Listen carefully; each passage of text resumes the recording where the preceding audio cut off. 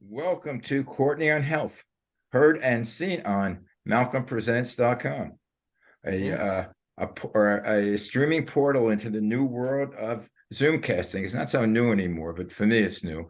Anyway, Max, do our Yeah. So what's new is the question, and we'll answer that today because it's cold in LA, it's cold in New York. It's okay. We'll handle it because there's a particular time of year happening, actually, even though it's not quite. So, hi Courtney and hi Malcolm, and Hello. welcome to Courtney on Health, the Zoomcast podcast series, which focuses on one's overall well-being with tips on nutrition and exercise given by Courtney Gravenese, a registered dietitian with a Master of Science degree in nutrition and applied physiology.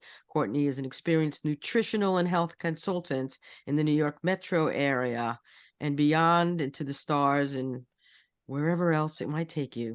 And and she will help guide you on a path to wellness and health.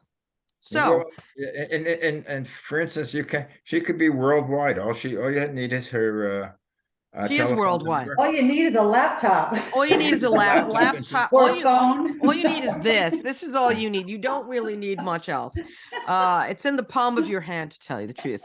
Anyway, let's get to our topic, which is on that, but I won't say it. Do not do that. So winter is almost upon us, except if I'm looking at my window and Courtney looking at hers today. We can both say it is pretty much here.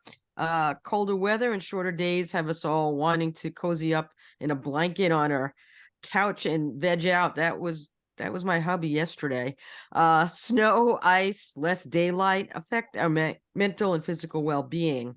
So it's important to have movement all year round, especially during the winter months when you might be feeling low in energy or your mood, might be a bit glum. Moving around and exercising can be helpful. A helpful anecdote to the wintertime blues. Not the summertime blues, the wintertime blues. So try a new workout routine and add some activities that fit the season, which can also help keep you in, good spirits. So Courtney, she has some great tips and info that will perk you up and keep you in shape during this time of year. When we have a lot of fa la la la la's and some, other things happening during the active holiday season. So what say you about how to stay active in this time of year? Absolutely. So hello to both of you. And switching gears this week, I'm going to put on my exercise physiology hat, and we'll talk about the many reasons why getting outside in the colder, cooler weather, depending on what part of the country or the world you are in right now. As you mentioned, Maxine, obviously less daylight this time of year for the next couple of months. It's colder. Most people become less motivated when it's dark in the morning, dark in the evening, and bitterly cold in terms of, and it doesn't matter, either getting out into the fresh air and getting some type of exercise, or even getting to a fitness center or a community center or wherever you can get a workout in. So lots of data suggests that the more sunlight we can get, in particular this time of year, can help certainly with mood, can certainly help with elevating our vitamin D levels, since our bodies can make vitamin D. I know you guys, we've spoken about this before. So less sunlight, less conversion to that active form of vitamin D, which has been linked to a variety of different health benefits, but including our immune function. In addition to getting outside in some fresh air, a little bit of exposure to some cold weather has been shown to help with improved sleep. So this is in addition to the regular benefits that we know that physical activity can do. But I get it. It's cold. You'd rather be on a couch with some hot chocolate or something stronger or a blanket. So you got to really something stronger, Courtney. Listen, you got to keep this open for all comers. That's right. Exactly. Have some of that spicy hot chocolate. I need a good recipe for that. It's really good, like dark chocolate, hot chocolate with some spice, Yes. Really like some hot peppery kind of thing. Yeah. So you can still do all that But Okay. finding a way to incorporate that activity is going to be key. In terms of time of day, the answer, as it is any other time of the year, is whatever time of day is best for you and keeps you going, keeps you motivated.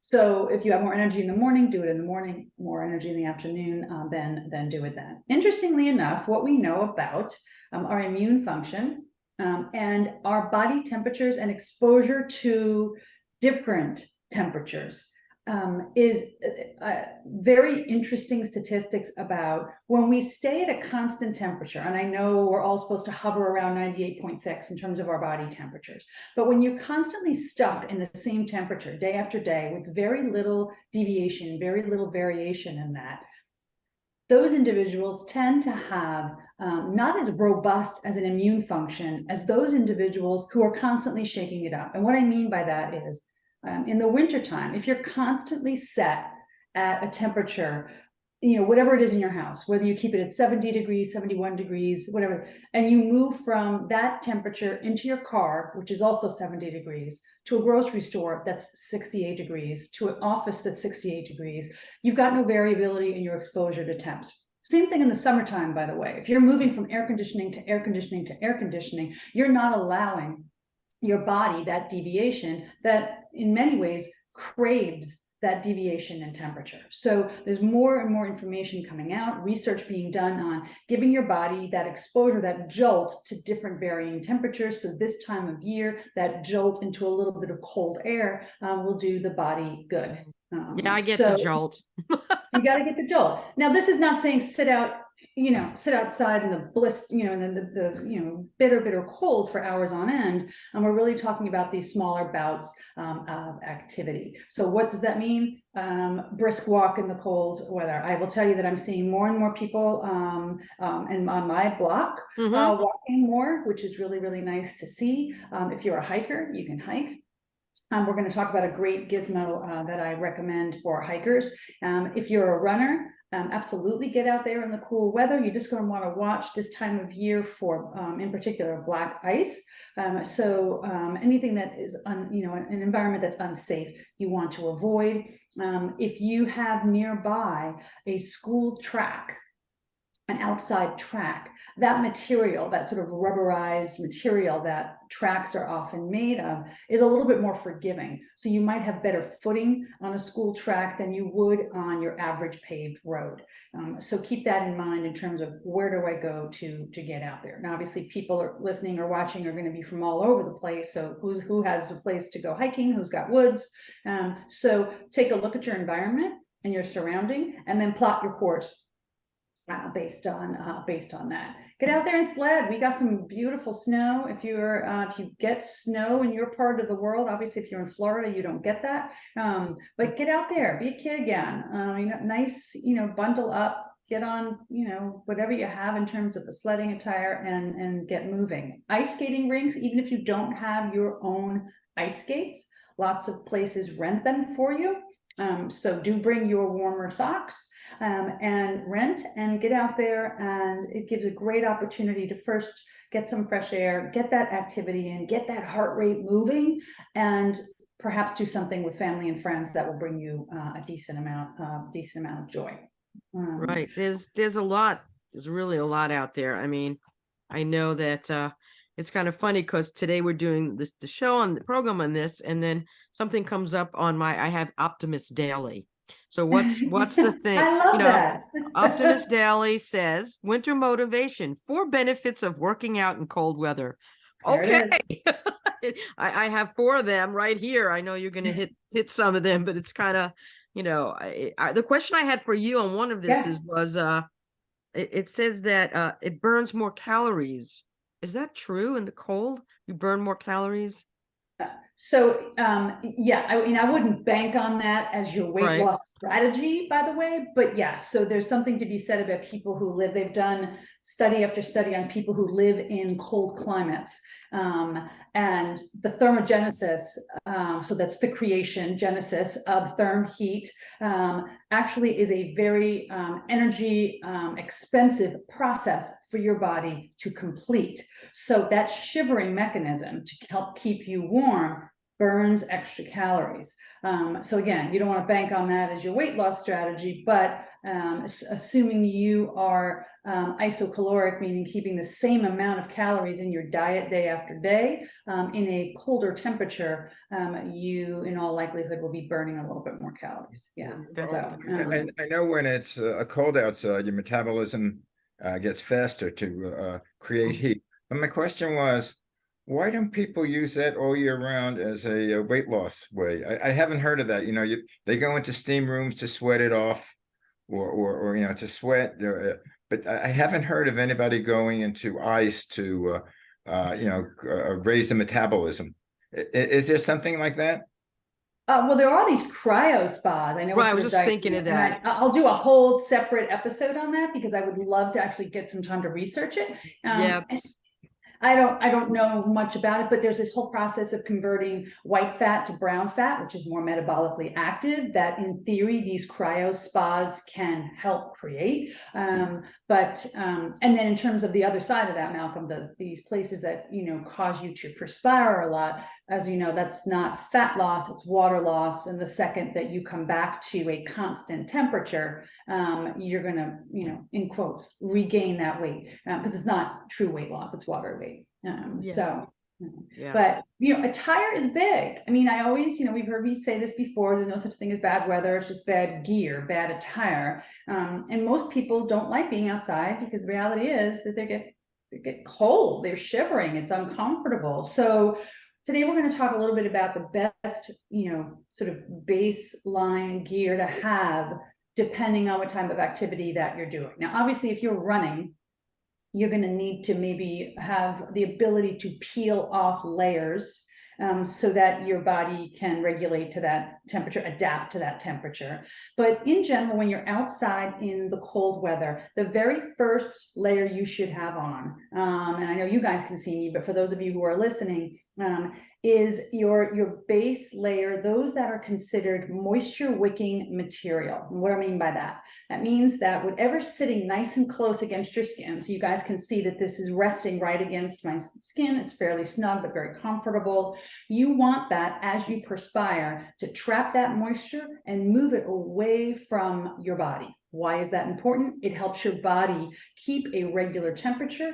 Okay, and think about it. If you're wearing something like cotton traps that moisture and holds that water, okay, that perspiration against your skin. That makes you very uncomfortable and can make you cold because over time, your body's ability to warm that perspiration is going to get less and less. So cotton, not your friend. Great materials for that base layer would be things like nylon, polypropylene. If you're not super sensitive to it, wool is a great base layer, but I know a lot of people, myself included, don't do well with a wool. It's just some people get itchy or uncomfortable, but there are different materials. Find the one that meets your need, but it does need to be in that category of materials that do a fabulous job of getting that moisture and moving it away from your body, helping you evaporate, helping your body get rid of that water, that perspiration. Yeah, I have something on under as well, just like similar to that. It's a wick, and if I'm walking the dog and it's I mean, some days it was in the 20s and I'm walking her and then facing the north wind going towards your end. The wind is blowing. Her ears are flying back. She's giving me this look like, what the, and, but that extra layer, really helps. Absolutely. And in the long run, like I said, as long as you don't have that water sitting against your butt, you're going to be much more comfortable and you're going to feel warmer. So speaking of warmer, the next layer up, and by the way, you guys just see me from my trunk up, but this would go for the bottom as well. So if you're skiing, sledding, snowboarding, going for a walk or hike or something, you're going to want that same base layer on your legs as well. It tends to be nice and thin. It's got a little bit of stretch to it, so it'll move with you. It's not confining at all. It's a great material. Yeah, on top of that, I'm forgetting what material. What's I'm that? forgetting what materials there are, but I know when I was into running in New York, if you go to any good sporting goods store, there are layers that, and I forget what it was made out of, but it's sort of like a wick. It's let the perspiration out, but lets the air in, so you're not blocking it. Yeah. But they're generally very expensive. I mean, that, Right, but you I can go, I mean, well, you can go to places like, I mean, your like TJ Maxx, Marshalls, even Target that have Kohl's that have, a good brand that's going to serve the same purpose that doesn't necessarily have a flashy name attached to it. So they work just as well, or maybe 75% as well, which quite frankly, for most of us is good enough. If I'm talking to, an Olympic skier who needs the best of the best of the material, that's a different story. But for most of us, these, they've come a long way in how many of these are available and the price, of course. So Yeah. or sometimes you can buy the label products at the discount stores because oh, sure. they buy the over production of the major companies. Right. Yeah, no, The it's good stuff great. too. So What your do you- next layer up is going to be something a little bit thicker. So what I have, in case you can't tell here, is like a fleece material. So this is your warming layer. So the first one is your wicking, moving that moisture away from you. This one is to keep you a little bit warmer. So fleece just happens to be one of my favorite materials because it's very cozy, it's very soft, it's nice against the skin and the neck. A couple of these around, depending on what you're doing, they have all different types. The common name you might hear is something called a quarter zip, which is what this one is, which literally means it zips down a quarter of the way down your body. They have half zips, full zips, doesn't really matter. Choose what's comfortable for you, but you really want that to be your warmer layer. That's the one in the middle. On the outside is going to be your wind protectant. So, again, depending on, this happens to be a ski jacket, so it's a little bit thicker. But its primary job is to keep that wind off of your body. So that's your outside layer. They have thinner ones meant for running, for hiking, but choose that outer layer based on your activity that you're going to be doing. Obviously, you're not going to want to wear a running wind breaker to go skiing. It's just not going to be enough. You need a little bit more weight to it. And then the other things, obviously, you're going to do, a hat. We know that a lot of the heat dissipates out of the top of your head, so you want to prevent that loss by keeping your noggin toasty. You do that with any variety of materials. Wool hats are great. They're very, very warm. Fleece hats are wonderful. Choose what's comfortable for you. And, that doesn't make you itch and then of course within your budget. And then the gloves, keeping those digits, nice and comfortable. I will tell you that even though these are gloves here, if you really want to keep a little toastier, most people are going to find mittens to be a better way to go. Why? Because if you think about it, in the case of a glove, your fingers are all separated. That mitten allows you that heat from your hands to keep, around your hand, and it provides a little bit more comfort and a little bit more warmth. And it'll keep you away from your cell phone too, because you can't. Keeps you away from your darn cell phone. Right, if you're walking like, you want to look at the pretty sights, and if you have gloves, some of them have tips now you can actually get on your cell phone, right? But Well, I these haven't you probably can't see it, but these do have them. see. There you go. But the mittens, But no. it's just a hint. Running in my poor days in New York, what I would do is get wool socks and put it on. Instead of mittens. Wool socks were just as good. Yeah, so thank you for bringing that up, Malcolm, because socks are key. Again, you don't have to spend a ton of money, but just like you don't want a cotton base layer, you don't want cotton socks. There is no quicker way to have a screaming miserable kid, or you yourself being miserable out in the cold, than to throw some cotton socks on. So you need, it can be a wool base. Again, that same material, Gore-Tex, polypropylene, are nice materials, and they have varying thicknesses as well. So you don't necessarily, in a ski boot, want to have a really thick sock. You want an effective warm sock, but you don't want it taking up a whole lot of real estate in that boot. So that's important. If you're a runner, they have warmer weight running socks that provide a little bit more than a cotton sock that you would wear in the spring or summer. So, a wide variety of the different products available either online or in stores. Right. So if you guys see what I have here, I don't know if you can see what I'm holding up. And no, Yeah. it's not out of Pulp Fiction, some weird sort of like. It looks kind of weird there, Courtney, but go ahead. Yeah. We thought you We're were not a into nice S&M here. woman. We thought you were Yeah. a nice lady. What's Where are going you on? going with this? I don't know. Okay, let's get to what it is. These are micro cleats. So for any hikers out there, for anybody where it's December hits and it gets icy and stays icy for a good part of the winter until we see springtime. Something like this that you snap on over your foot, whether it be a hiking boot or your running sneaker or walking sneaker, provides an extra grip and security so that you can anchor yourself in that ice, making it a safer walk. I won't say run, you can't run in these, walk or hike to prevent you from slipping. They are not very expensive. You can find them in a sporting store. You can find them online, big online retailers, and they are very, very helpful. Again, depending on which part of the country in which you live, they really can make the difference in terms of never getting outside and getting outside safely, which is of course what you want to do. So they're super easy to use. They just snap on over, and at those cleat things, those little micro cleats, sit on the bottom underneath your shoe, and they provide that nice traction to keep you standing versus on your rear end. Right.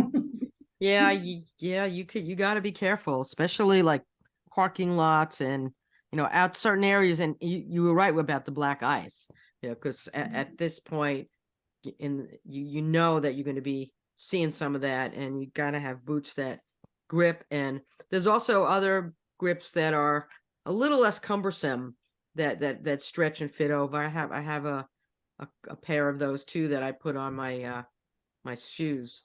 So Yeah. and it works. And really works. I mean, it's great. So yeah, if you need to try to invest in it, go online, you'll find it. Yeah, absolutely. And there's different, foot gear, again, depending on the activity that you're doing. I mean, if you're, sledding or just going for a walk in the woods, your average snow boot is going to do fine. Most snow boots, kids' boots included, are going to be perfectly fine in snow.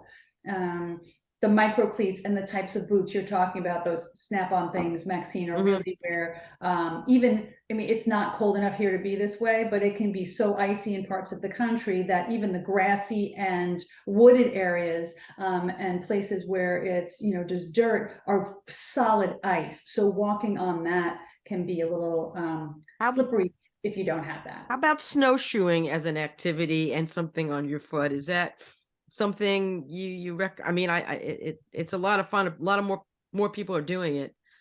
It's so funny you say that, because on my Christmas list this year, a recent ad are snowshoes, because I've been borrowing a friend of mine.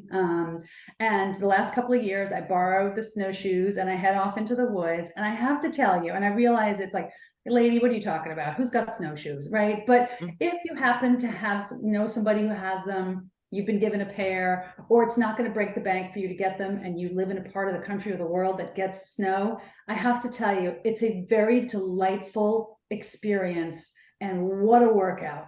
It seems like something that's, let's just go for a walk in the woods.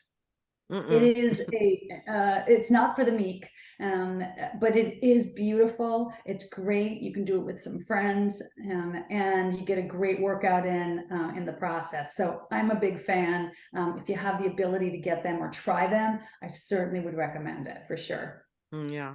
There's also cross country skiing is another, good sport in the winter.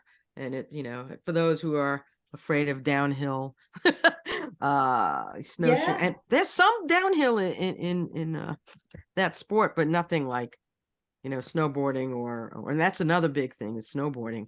Right. A lot of people. You can find, again, a lot of these places, you don't have to go buy them. You can go rent them, which I know can be expensive too, but you can go do, rent them. And let me tell you, talk about a sport. I don't cross country ski much. In fact, it's been many years since I have, but it's a workout too. And I'm just better at downhill skiing than I am at cross country, but that too is a workout, and you really get this incredible cardiovascular, exercise in whilst being in the middle of a in all likelihood, really pretty space. So Yeah, well, I haven't done it for a number of years. I remember the last time cardio, yeah, your heart pumps. You're Mhm. if you're going into an up, and you got to go up, it's yeah. Downhill has its it gives you Has its that downside. nice little swing, that little groove. But the cross country is Yeah, but I tend to find out that the older I'm getting, I want to control speed. I feel very insecure when I can't control my speed. Like, mhm, downhill skiing, I Yeah. can't control the speed. I want to go slower. right. Well, And we'll put you on the baby slope. Come yeah, out my front lawn. You yeah, could now just even go. going down water slides, the steep ones I don't like anymore Oh because it no, goes too fast. I like those. Interesting. I like anything that's like roller coastery or steep. I mean, I'm older, but Yeah. I still like it. I don't know. What do I know? Now, one question. Now where you went through all the clothes that you wear and what you could do. Is there any special foods that we could eat that make you warmer? Aside from the hot foods, is there any certain type of foods that burn hot in you that keep you Um, warm inside? well, there are warming spices, some of which we spoke about. I think last week was our topic on Yep, those. yep. Hmm. So turmeric and cloves Yeah, and spices and herbs. cinnamon, they tend to be your warming spices. I think generally, I know when we did our summertime talk, if you remember about what keeps you cool, right? Despite you would think you eat cool foods and you stay cooler, but we talked about those foods that are hot that actually ironically keep you cooler. There's really no equivalent like that on the other side. I think most people when they're cold want something warm. So those soups, those stews, teas, things like that, or even just warm, like if you're, thank you for bringing this up, Malcolm, about sort of the segue into a little bit of, nutrition, because you want to make sure you're staying well hydrated. So if you aren't drinking water a lot because you're cold, because the water's cold, then take it up a few degrees and have warm water. The key is to make sure you're staying well hydrated. Most people don't associate when they're outside participating in colder weather sports with being dehydrated, but in fact, you're losing just as much, perspiration. You just have to be, particularly if you're getting a very heavy workout in. So you want to make sure you're staying well hydrated with, decaf teas, herb teas, waters, seltzers, things like that to replenish that water you're losing during those outside sports. Right. I think tea. I go through a lot of tea in a day. I put that pot on in the morning, and generally I'm the one finishing that. You know, it's I know, I'm with you. it's And I like got my snowflake cup today. I got to keep with the spirit here. So, I got my Groundhog Day cup. This actually was a cup that I bought it from my brother because his name's Phil, and it says fill, drink, and refill. Oh, that's cute. So See? it was willed back to me. So now it's my favorite cup. So but As it it should be. it keeps me in my tea and Phil drank a lot of tea also. It's kind of a Yeah. family thing. I don't know. What do I know? It's the It, British it's, blood. We're all it's Brits. your It English is, it background. is. Right. So yes, So so that's our, just get outside. Let me hear if there's, a particular activity that anybody who's listening participates in outside. I know some people, like, because it's so cold all the time, they've got igloos near them, and which, by the way, inside the igloo is shockingly warmer than I thought it would be. yeah. By the And way, igloos. Who's putting up igloos that you know? well, this is up in like Vermont, in like Oh, where they, okay. What about you? You That live in a weird part of the world. no, well, yeah, but You you could is tell mean me there? some of the things that are happening in your community, and I say, no, no. It uh, sounds strange. But I think one of the hardest things to do in the wintertime, in exercise, is to get out. Because you look Yeah. outside and you're warm in the house, and now I'm gonna go out in that weather. mhm. Well, that's where the gear comes in, and Yep. then go out the best time of the day, maybe not when it's dark. And then, of course, when all this was talking about ways to get yourself outside for all the reasons that we spoke about. But if all else fails, having a plan in place to keep your activity level up, even if you are not going outside, is going to be key. So whether that even includes going to a fitness center. So if you're not likely to go to a fitness center because it's darker or colder, then find a way to do something in your home. Many of the things we've spoken about on these episodes: wall sits, push-ups, stretching that you can do at home, finding a good app, a fitness app that has videos, or going on demand and find great videos. They're free. You definitely want to get that, that plan in place, that goal in place now, so that you kind of have things ready to go before the dark days of winter are, with us for, months I on tell you, end. it's a dark They're days. here, Courtney. It's like, It's a It's dark here. days of, they're here. I'm They're sorry. here. It gets guys, dark it's at a dark, 4. it's the dark days of our show. We're out of time. 4:20, boy. 4:26, it gets dark here. Just think about that. Few more We're out of days. time, and and we you have to, adjourn. exit. All Okay, right. we're gonna exit. We'll do also yoga is good to do, and any kind of Absolutely. meditation. So Yep. that'll keep you calmer, also as well. So that's what you need to do. Hey, Maxine, take us out. I'm gonna wrap this up. So again, thanks for joining us for Courtney on Health. To get more info, follow Courtney on her Facebook page, which is Courtney on Health, on Instagram at CLG Wellness, on TikTok. She's a TikToker. And visit her website, CourtneyGravities.com. For more shows, go to MalcolmPresents.com and theManyShadesOfGreen.com. This has been Courtney on Health, smart, sound nutrition, strong, safe fitness. And we'll catch you again next time. See you next You guys. time. And just a time. reminder, Yeah. you're listening to Courtney on Health on MalcolmPresents.com. Got to get a word in for the website. Okay. And that's the second word. But anyway, it's all gotta good. get 2 words in. It's known as We marketing. it's called words. Words. All right. And everyone have a great day. Have a great And, day. Bye, guys. and keep warm. Bye. All right. Stay warm.